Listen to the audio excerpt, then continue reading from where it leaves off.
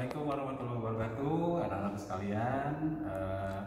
Selamat berjumpa kembali dalam video pembelajaran untuk sekarang tentang reaksi tentang sel volta ya.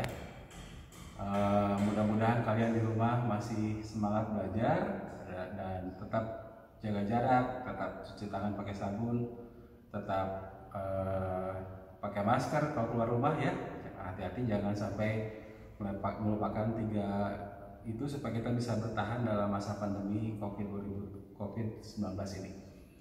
Kita sekarang akan belajar tentang sel volta, dan sebelumnya kita sudah pernah belajar tentang reaksi spontan ya, dimana kemarin kita pernah membahas reaksi antara seng dengan larutan tembaga 2 sulfat menghasilkan seng sulfat dengan Cu ya. Kalau lupa silakan lihat lagi video yang sebelumnya. Nah, kalau kita lihat reaksi ini anak-anak sekalian, kita ingat CuSO4 itu ada ion-ion Cu2+ dengan ion SO4 2-, sedangkan ZnSO4 itu adalah ion Zn2+ dengan ion SO4 2-. Di sini ada ion SO4 2-, kalau kita coret bisa saja ya.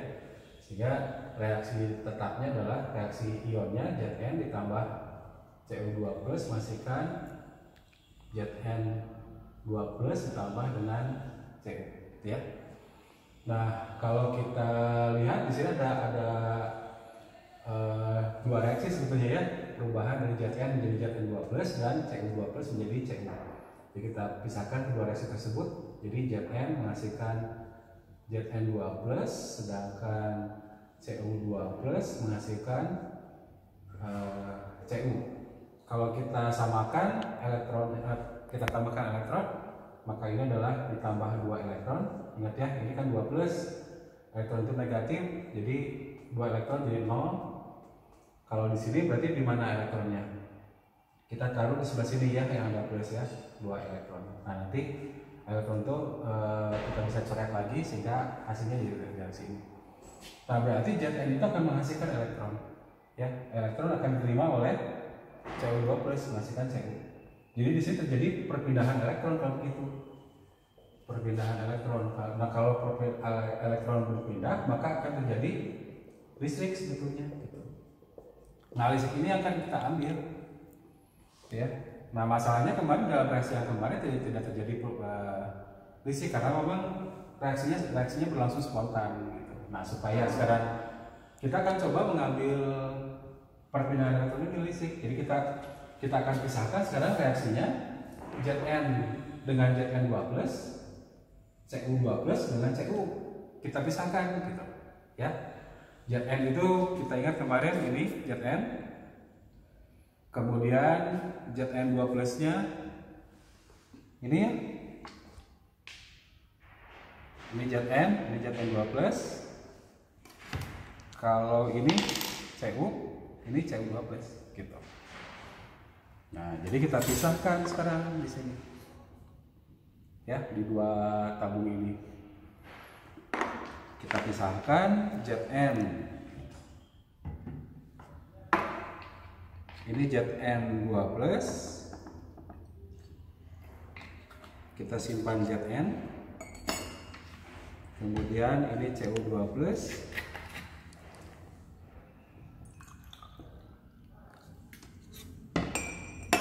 Simpan Cu. Oke, jadi Zn menghasilkan Zn2+ menghasilkan 2 elektron, sedangkan Cu2+ ditambah 2 elektron menghasilkan Cu. Jadi yang 2 elektron ini akan ditangkap oleh Cu2+ sehingga menjadi Cu. Ya, jadi supaya perpindahan elektron ini kita bisa ambil, maka reaksinya jangan langsung disatukan Zn dengan Cu gitu. Tapi kita pisahkan Zn dengan Zn2+, Cu2+ dengan Cu, kita pisahkan supaya elektron ini bisa diambil nantinya. Ya, jadi sekarang kita pisahkan ya. Ini kan Zn dengan Zn2+, yang ini ya, yang putih, dan yang tidak berwarna, sedangkan Cu dengan Cu2+. Kemudian tadi Zn itu yang menghasilkan elektron. Maka kalau menghasilkan elektron, maka kita hubungkan ke avometer yang menghasilkan elektronnya dengan yang hitam, yaitu kutub negatif. Sedangkan yang menerima elektron itu disebut dengan kutub positif, kita hubungkan ke sini. Ya, kita coba. Coba lihat di sel di avometernya, ada pergerakan tidak? Tidak ada ya. Kenapa tidak ada? Karena memang rangkaian ini masih terbuka, belum ada hubungan dari sini ke sini gitu. Nah, supaya ada hubungan maka kita bisa gunakan sebuah jembatan yang namanya disebut dengan jembatan garam, yaitu ini saya gunakan tisu, dan ini adalah larutan natrium klorida ya. Natrium klorida itu garam, kita gabungkan di sini. Nah, ini. Nah, sekarang kita cek ke ininya listriknya. Ingat, negatif itu yang menghasilkan elektron, positif yang menerima elektron. Nah, coba perhatikan berapa voltasenya.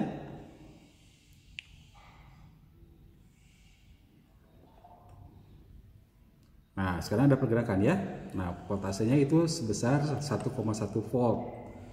Nah, itu yang disebut dengan sel volta. Oke, jadi anak-anakku sekalian, itulah bagaimana sebuah sel volta dibangun ya.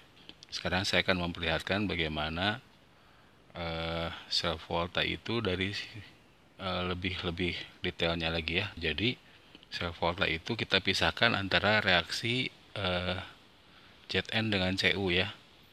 Maksud saya kita pisahkan Zn dengan Zn2 plusnya, kemudian Cu dengan Cu2 plusnya. Jadi ini wadah yang berisi, kita isi dengan larutan ZnSO4, kemudian dimasukkan Zn-nya. Kita tahu bahwa ZnSO4 ini terdiri dari Zn2 plus dan SO4 2- ya. Jadi wadah ini berisi Zn dengan Zn2 plus gitu. Nah, di wadah yang lain juga kita isi CuSO4 kemudian dengan tembaga, dan kita tahu bahwa CuSO4 itu terdiri dari ion-ion Cu2 plus dan ion-ion SO4 2-. Jadi wadah yang kedua ini berisi Cu dengan Cu2 plus. Kemudian kita tahu bahwa tadi dalam reaksinya Zn akan berubah menjadi Zn2 plus dengan menghasilkan 2 elektron, sehingga karena ini menghasilkan elektron maka ini menjadi sebagai kutub negatif. Sedangkan Cu2 plus akan menangkap 2 elektron tersebut menghasilkan Cu. Karena ini menerima elektron sehingga ini adalah kutub positif. Nah, kedua kutub ini kita hubungkan dengan sebuah avometer ya. Jadi kita simpan di tengah, kemudian yang negatif kita hubungkan dengan kabel hitam, sedangkan yang positif kita hubungkan dengan kabel merah. Nah, ini belum muncul, kalau kita lihat dari jarumnya ini belum ada pergerakan karena memang rangkaian ini masih terbuka ya. Apalagi kalau kita lihat Zn akan menghasilkan Zn2 plus, dan Zn2 plusnya ini masuk ke dalam larutan, maka di sini akan kelebihan ion positif ya. Asalnya kan ada Zn2 plus dan SO4 2-, sekarang bertambah dengan Zn2 plus lagi, maka ini akan kelebihan ion positif. Jadi Cu2 plus itu akan berubah menjadi Cu dan nempel di logam Cu-nya ya. Sehingga ini akan kekurangan ion positif, artinya kelebihan ion negatif. Nah, kelebihan ion positif dan kelebihan ion negatif ini kita harus netralkan dengan menggunakan jembatan garam namanya, yang tadi di percobaan saya gunakan tisu ya. Kalau ini menggunakan tabung U gitu. Nah, jembatan garam ini kalau tadi digunakan larutan NaCl, kita bisa gunakan larutan yang lain yaitu KNO3, dan KNO3 akan menghasilkan K+ dan NO3-, dan ini yang akan menetralkan kelebihan ion negatif yaitu K+ nya yang turun, sedangkan NO3-nya akan turun untuk menetralkan kelebihan ion negatif positif ya, sehingga netral kembali dan akhirnya terjadi pergerakan dalam jarum di avometer ya. Nah, ini yang disebut dengan sel volta. Nah, di dalam sel volta kita mengenal ada yang bernama notasinya ya, notasi sel volta, di mana logam seng dan tembaga yang digunakan itu disebut sebagai elektrode. Nah, elektrod tempat terjadinya oksidasi disebut dengan anoda. Ini kesepakatan ya. Sedangkan elektroda tempat terjadinya reduksi disebut dengan katoda. Nah, coba lihat Zn menjadi Zn2+, tambah 2 elektron. Ini reaksi ini asalnya Zn itu 0, menjadi Zn2+, 2+. Maka ini adalah reaksi oksidasi ya. Sedangkan tadi dikatakan kalau elektroda tempat terjadinya oksidasi disebut sebagai anoda. Sedangkan Cu2+ menghasilkan Cu, ini terjadi penurunan bilox, asalnya Cu-nya 2+, menghasilkan Cu yang 0, bilangan oksidasinya, maka ini adalah reaksi reduksi. Dan karena reduksi, maka ini disebut sebagai katoda. Ya. Nah, katoda ini tadi dikatakan kutubnya adalah positif ya.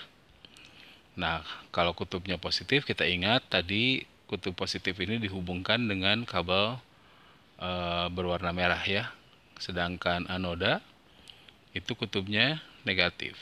Nah, ini kita membuat sebuah singkatan KPAN, itu artinya katoda positif, anoda negatif ya. Ini sebagai pengingat saja di mana terjadinya kutub positif dan di mana yang kutub negatif.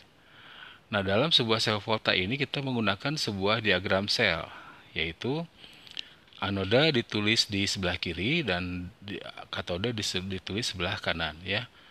Di dalam anoda tersebut kita pisahkan antara Zn dan Zn2+. Tadi kan Zn berubah menjadi Zn2+ ya. Ini fasenya berbeda, jadi kita gunakan garis tegak. Kalau Zn-nya logam padat, sedangkan Zn2+-nya larutan ya. Jadi kita pisahkan dengan tanda tegak. Di dalam katoda terjadi, jadi di sebelah kanan kita tuliskan katoda ya. Reaksi yang terjadi dalam katoda yaitu Cu2+ berubah menjadi Cu.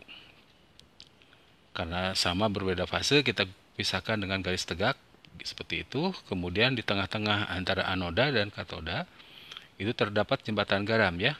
Nah, jembatan garamnya kita gunakan 2 garis tegak. Nah, seperti itu. Jadi itulah anak-anakku sekalian bagaimana sel volta dibangun dan bagaimana notasi sel volta. Sampai berjumpa kembali dalam video yang lain. Terima kasih. Assalamualaikum warahmatullahi wabarakatuh.